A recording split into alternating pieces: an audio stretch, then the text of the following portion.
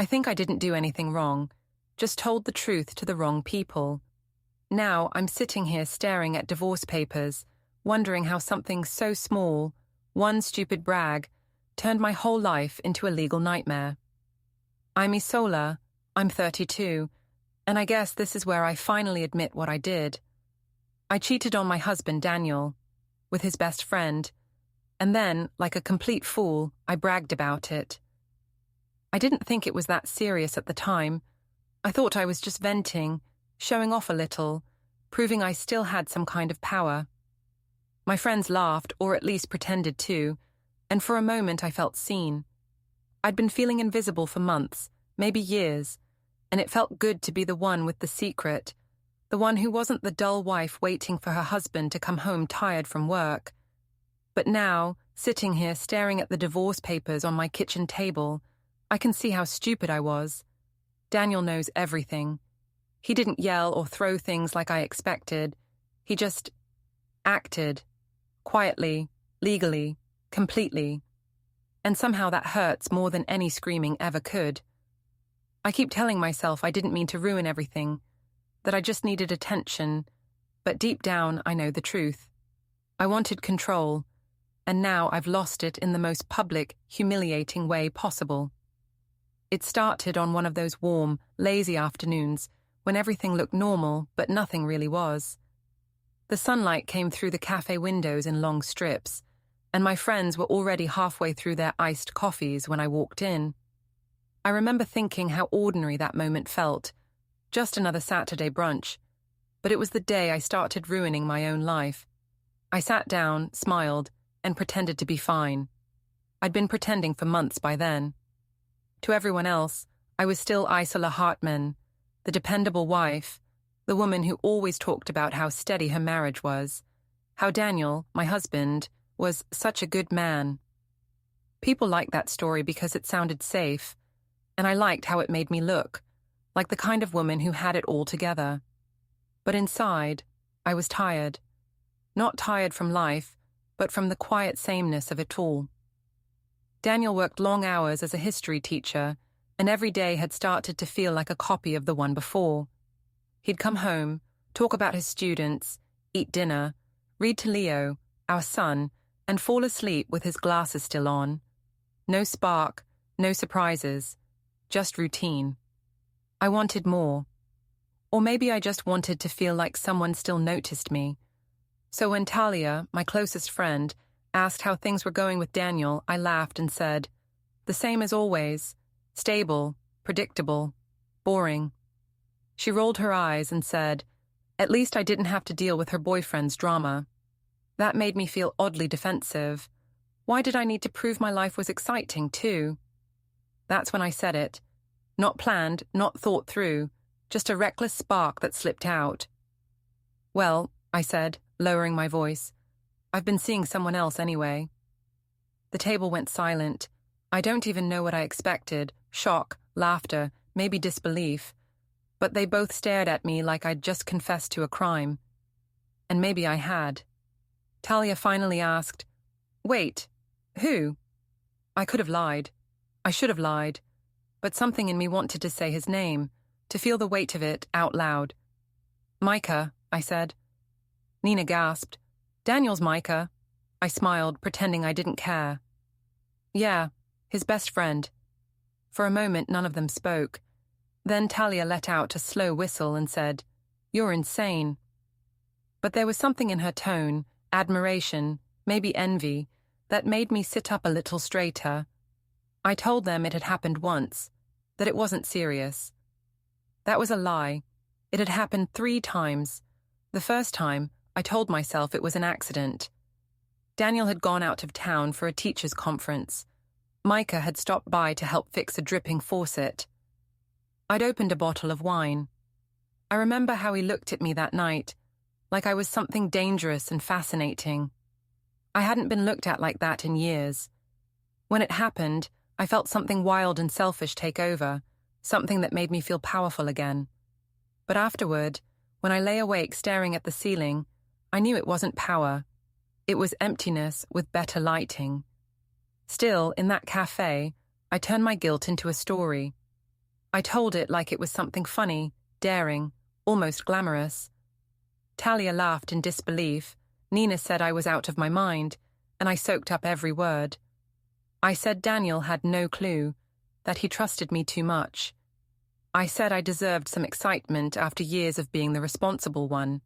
I told myself it wasn't really betrayal. It was balance. We finished our drinks, and for a while I felt untouchable.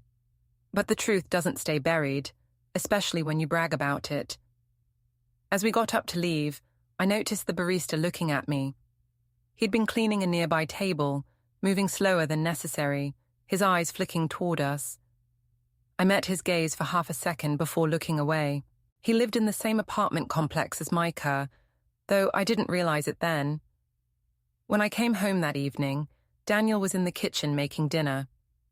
The smell of garlic filled the air, and Leo was sitting on the counter, helping him stir a bowl of sauce.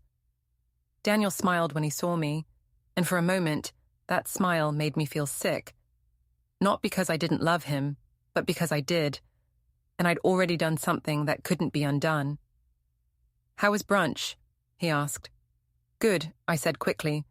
"Talia's still complaining about her boyfriend." He laughed softly. "Poor guy." We ate dinner together, and everything looked normal. He asked about my day, told me about a student who'd turned in a 10-page essay handwritten in cursive because computers ruin creativity. We laughed. It almost felt easy again. But every time he reached across the table or brushed my hand, my stomach knotted. I wondered if he could feel it, if he could sense the guilt under my skin. That night, when he kissed me goodnight, I tried to tell myself it was fine. People make mistakes.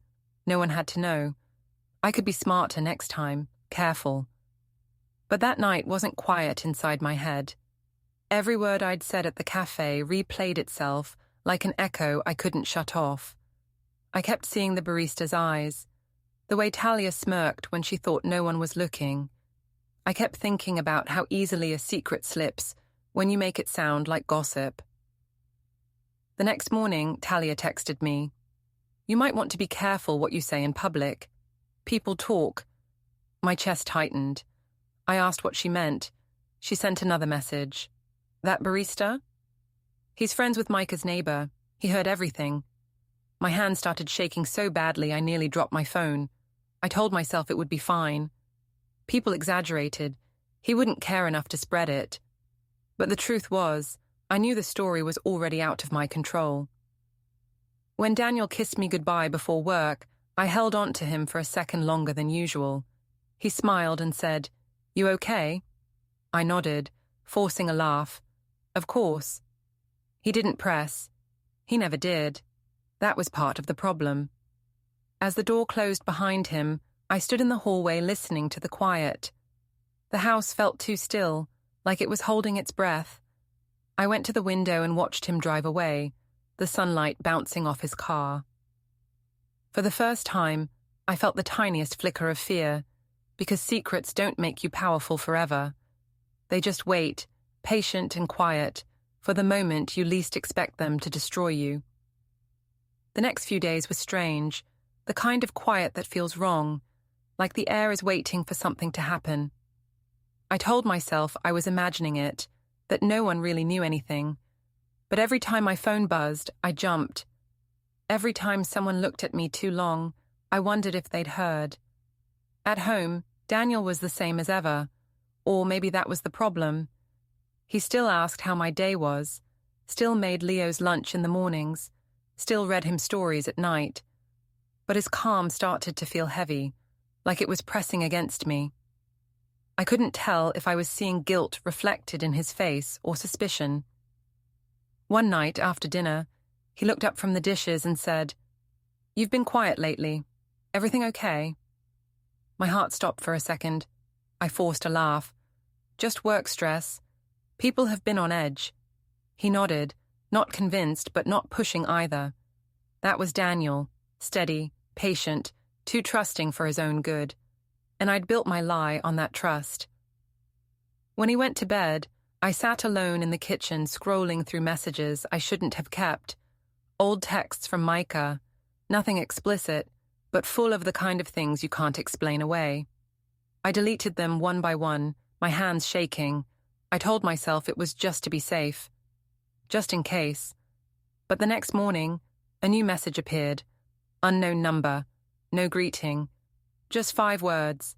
He doesn't deserve this, Isola. My breath caught. I stared at it until my vision blurred. Who would send that? Micah? No. He'd stopped responding weeks ago. Maybe Talia. Or worse, someone who'd heard. I deleted it immediately, but my fingers kept trembling long after. At work, it was worse. People who used to chat with me at lunch now gave polite smiles and turned back to their screens. One of the assistants, Marcy, asked me if I'd been to that cute cafe near the gym recently, her tone too casual. I laughed it off, but my face burned. The story was spreading. That evening, when I came home, Daniel was sitting on the couch with his laptop. He looked up and smiled, but his eyes didn't. Long day? He asked. Yeah, I said, dropping my bag a little too hard. People are driving me crazy. He closed his laptop slowly. I ran into Micah today. My stomach twisted. Oh, how's he doing? Fine, Daniel said. Quiet. He looked uncomfortable. I forced a shrug. Probably busy. Daniel watched me for a second longer, then nodded and stood. Dinner's almost ready, he said. His voice was so calm it scared me more than if he'd shouted.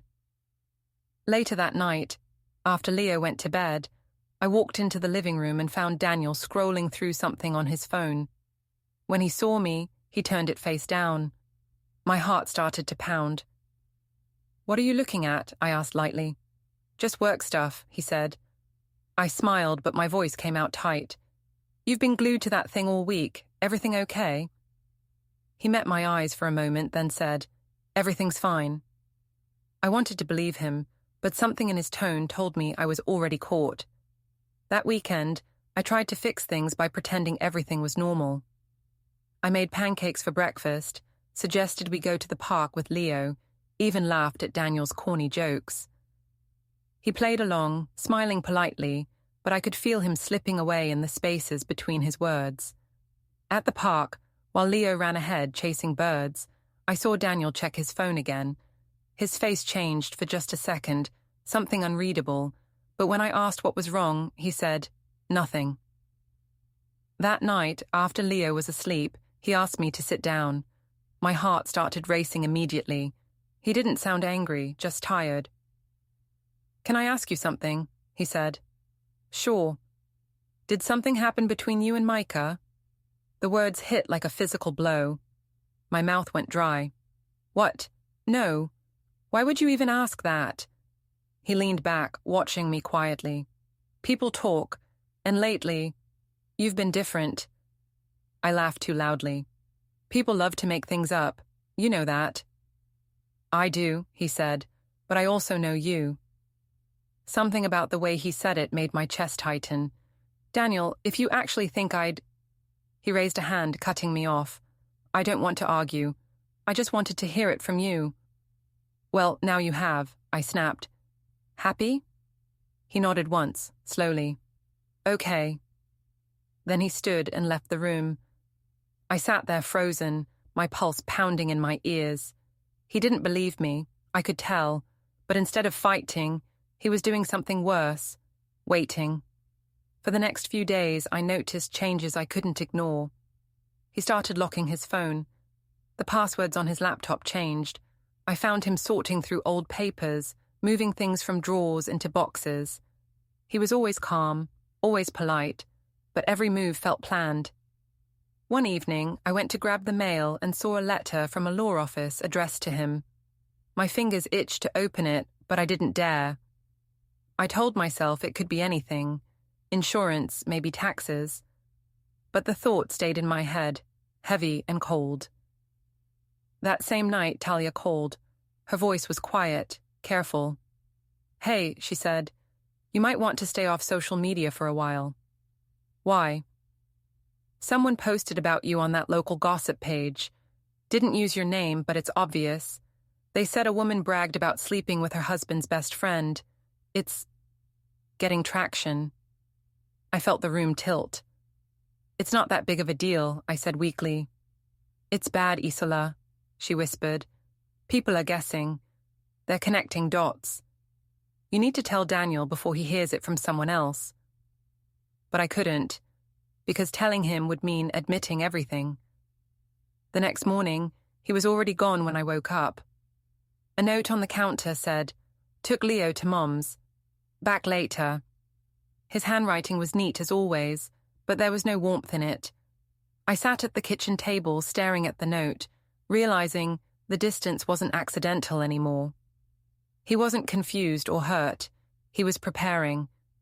I tried calling Micah, desperate for reassurance, for anything. His number went straight to voicemail. Then I texted him, asking if he'd said something, if he'd seen the post. No response. By afternoon, my anxiety was eating me alive.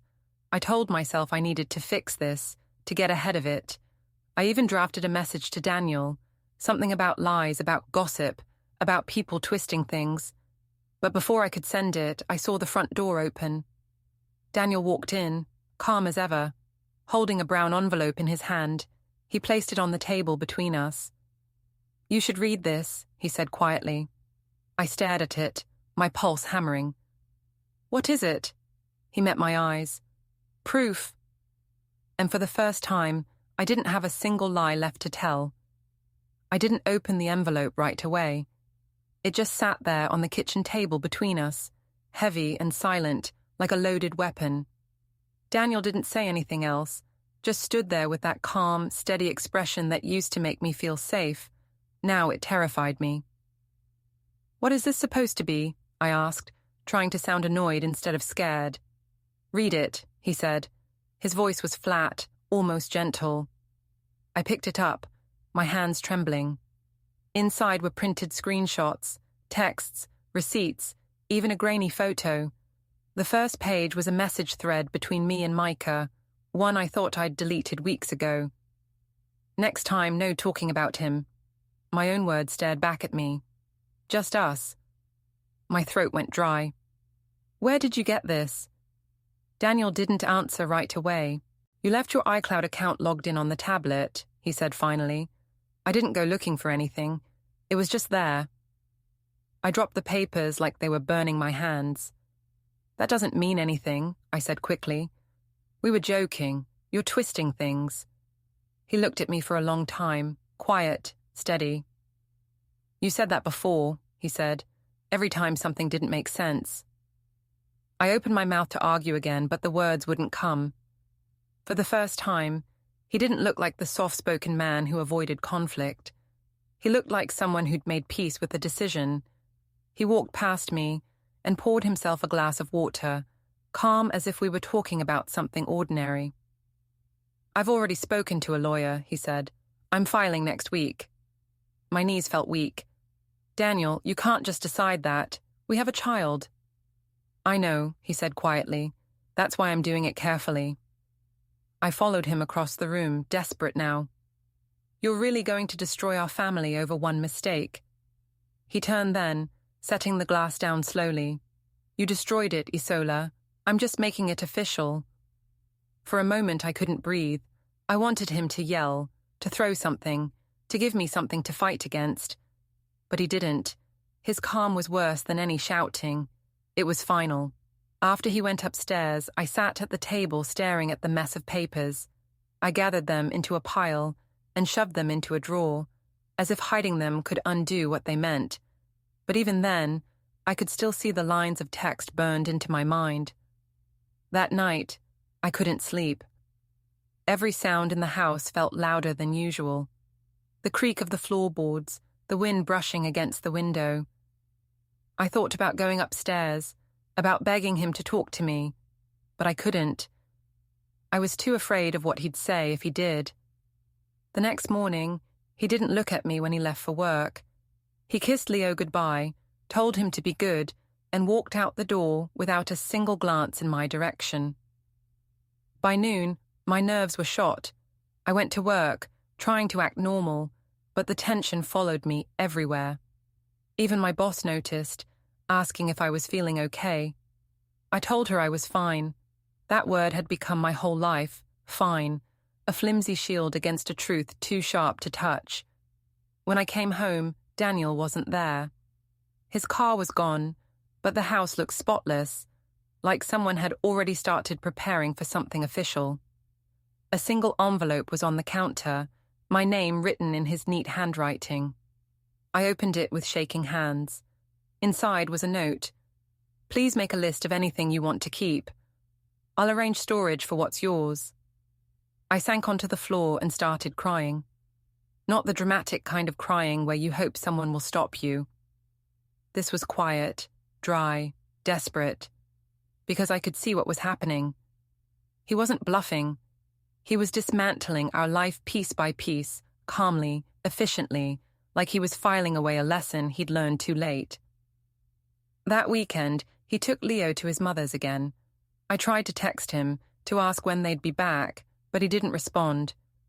When he finally did, hours later, it was a short message. We'll be home tomorrow evening. Please don't involve Leo in this. The way he said this made me feel sick. Sunday afternoon, I ran into Talia at the grocery store. She froze when she saw me, like she didn't know whether to say hello or walk the other way. Wow, I said, forcing a smile. Didn't expect to see you hiding from me. She sighed. Isola, I'm sorry. I didn't mean for it to spread like this. I thought it would stay between us. It didn't, I said coldly. I know. She glanced around, lowering her voice. People are saying Daniel's talking to a lawyer. That true? I didn't answer. I told you to keep it quiet, she whispered. You shouldn't have bragged. People like to talk, and now it's everywhere. Her words burned. So it's my fault. She looked at me with pity. Isn't it? I walked away before I could hear anything else. That night, Daniel and Leo came home. Leo ran up to hug me, his little arms wrapping around my waist like nothing was wrong. Daniel stood behind him, setting down their bags. Leo's going to bed early tonight, he said calmly. He's got school tomorrow. I nodded, my throat tight. After Leo was asleep, I tried to talk. We can still fix this, I said. We don't have to make it ugly. Daniel looked tired. It's already ugly, he said quietly. I'm just making sure Leo doesn't have to live in it. I stepped closer, desperate now. You can't just erase everything we've built. He shook his head. I'm not erasing it. I'm protecting what's left. The next morning, I watched him pack a few of his things into a small suitcase. He didn't say where he was going, just that he'd be staying somewhere temporary. Are you serious? I said. You're leaving me here like this? He zipped the bag calmly. I'm leaving the house. You left the marriage. That one sentence gutted me. He kissed Leo goodbye at the door, told him he'd see him soon, and then he was gone. No shouting, no slammed doors. Just silence. I sat on the couch after he left, staring at the empty space where his shoes used to be. The house didn't feel like home anymore. It felt like evidence. By evening, the quiet was unbearable. I called his phone once, then again. The second time, it went straight to voicemail. I left a message I barely remember recording. Something about Leo missing him, about us needing to talk, about mistakes and forgiveness. But even as I spoke, I knew it was over. He wasn't avoiding me out of anger. He was building something final, something legal and clean. And all I could do was wait for the next envelope. The envelope came 3 days later. It was thick, official, stamped with the same law office name I'd seen before. I found it wedged between a stack of mail on the kitchen counter, half hidden beneath a grocery flyer. For a long moment, I just stood there staring at it, unable to move. I already knew what it was. I took it to the living room and sat down slowly. Like any sudden movement might make everything collapse faster. The sound of the paper tearing seemed too loud in the quiet house. Inside were the words I'd been pretending didn't exist. Petition for dissolution of marriage. He had actually done it. The pages were full of legal language I didn't understand.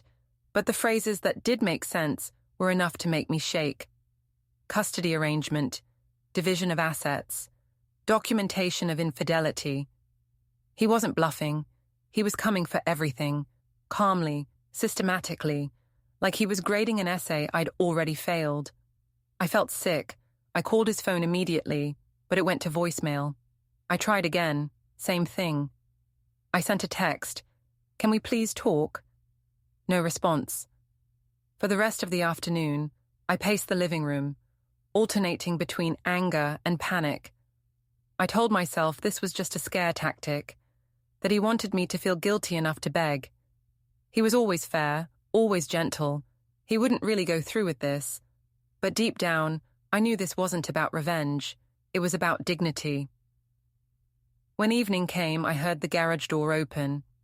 Daniel walked in quietly, setting down his briefcase. He looked calm, but his eyes were unreadable. I got your paperwork, I said immediately, my voice sharp. He didn't even flinch. Good, he said. That means it's been received. Received? I snapped. Daniel, this isn't a package. This is our marriage.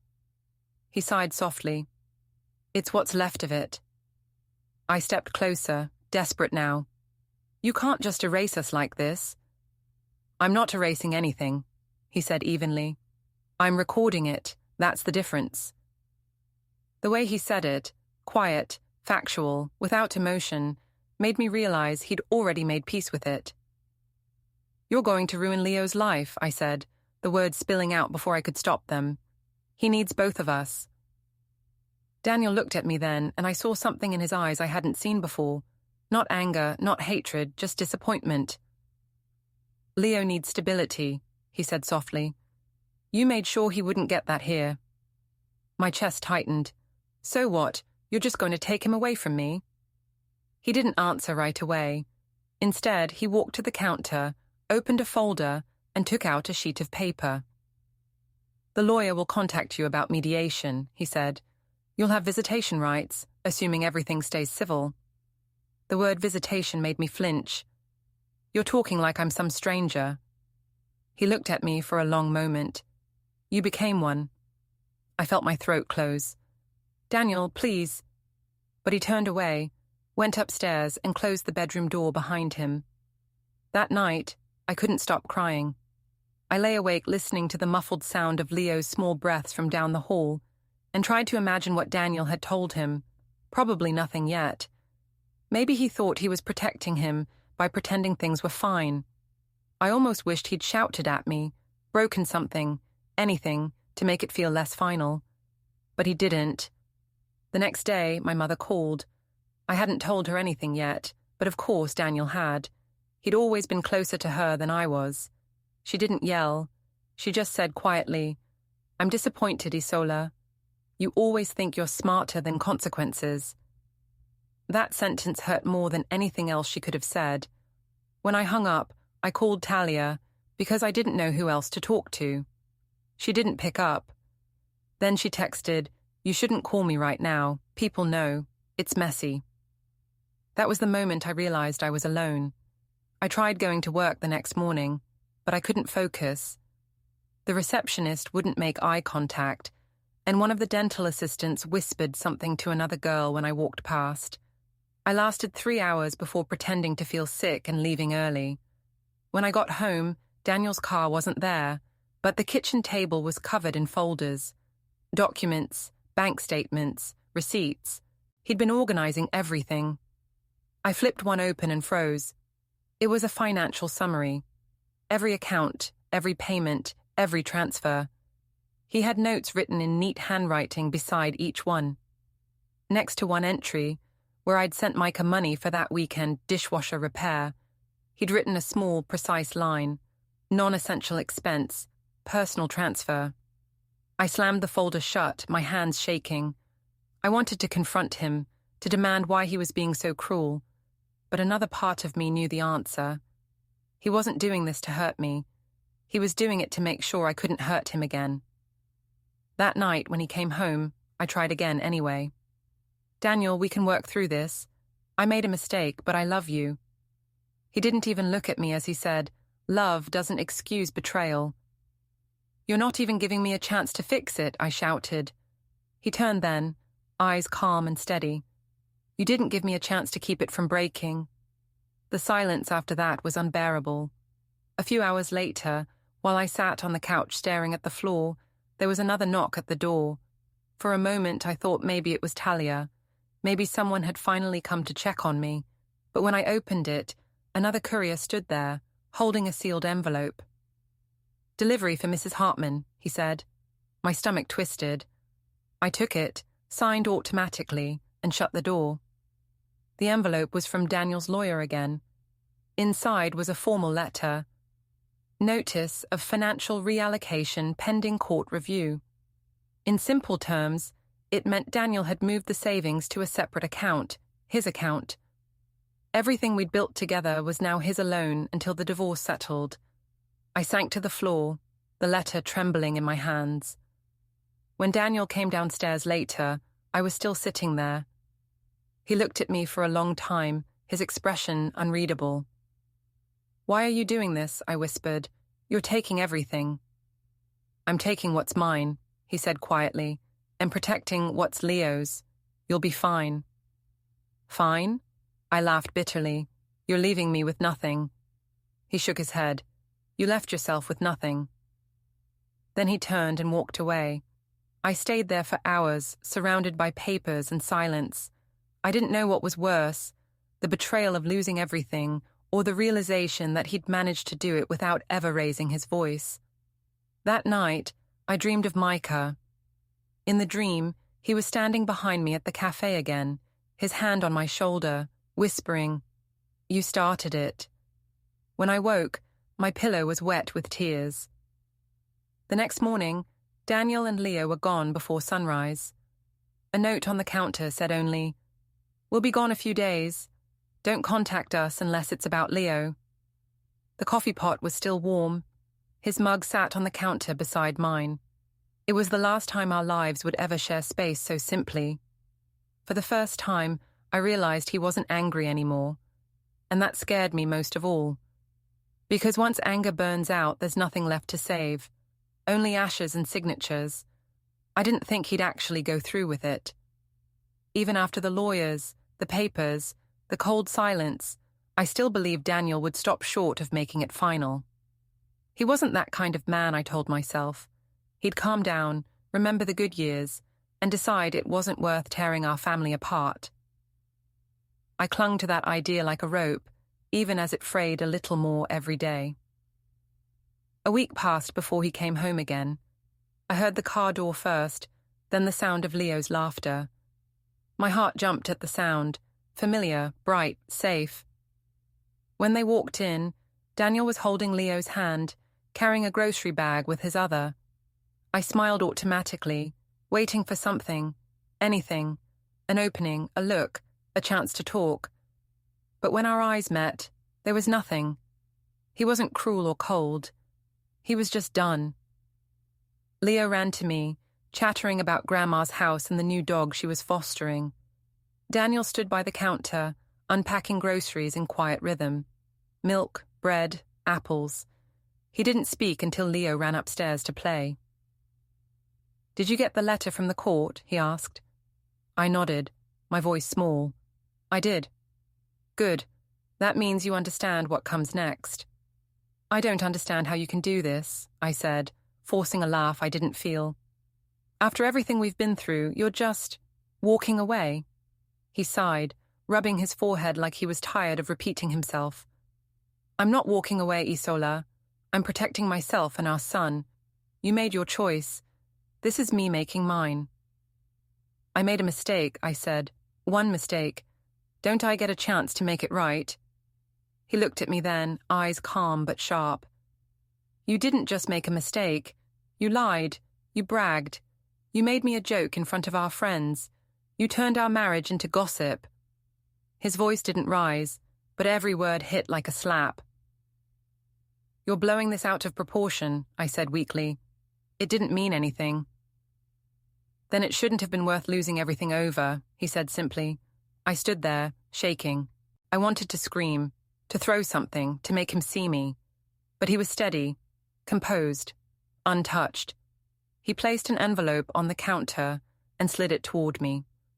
The lawyer needs your response to this by Friday. What is it? I asked, even though I already knew. Financial disclosure, he said. You'll need to list all personal accounts, any shared debts, and your employment status. I stared at it, speechless. You really are turning this into paperwork? He met my eyes. It's the only language left that you can't twist. That hurt in a way I didn't expect, because he was right. I had twisted everything, his kindness, his patience, his silence. I'd used his trust as a weapon until there was nothing left to aim it at. He turned to leave, but I grabbed his arm without thinking. Daniel, please, I can change. I'll do anything. He pulled away gently. You already did everything, he said, and walked upstairs. The next few days blurred together. The lawyer called twice. I ignored the first call and mumbled through the second. My mother left another voicemail I couldn't bring myself to play. Even Talia sent a message that said, you need to sign whatever he's giving you before it gets worse. I didn't reply. I spent most of my time pacing the house, staring at the photos on the walls, vacations, birthdays, first days of school. I wondered if he'd take them down when he left for good. Maybe he'd leave them just to prove he wasn't angry. Thursday night, Daniel came home later than usual. Leo was already in bed. He sat at the kitchen table, scrolling through something on his phone, not saying a word. I watched him from the hallway for a long time before finally walking in. Can we talk? I asked quietly. He set his phone down. About what? About us. He didn't look at me. There isn't an us anymore. I swallowed hard. Daniel, you can't just erase 10 years like they didn't happen. I'm not erasing them, he said. I'm just not living in them. Do you even care what happens to me? I whispered. He looked up then, his eyes tired but clear. Of course I care. I just don't trust you with my life anymore. For a long time, we didn't speak. The clock ticked. Somewhere upstairs, Leo shifted in his sleep. I wanted to reach across the table, to beg him to remember who we used to be, but he stood before I could move.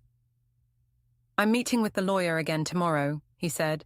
If you're ready to sign, we can make this easier for everyone. What happens if I don't? He paused at the doorway. Then the court decides for you. When he was gone, I sat there staring at the empty chair. It was strange how the room felt smaller without him in it.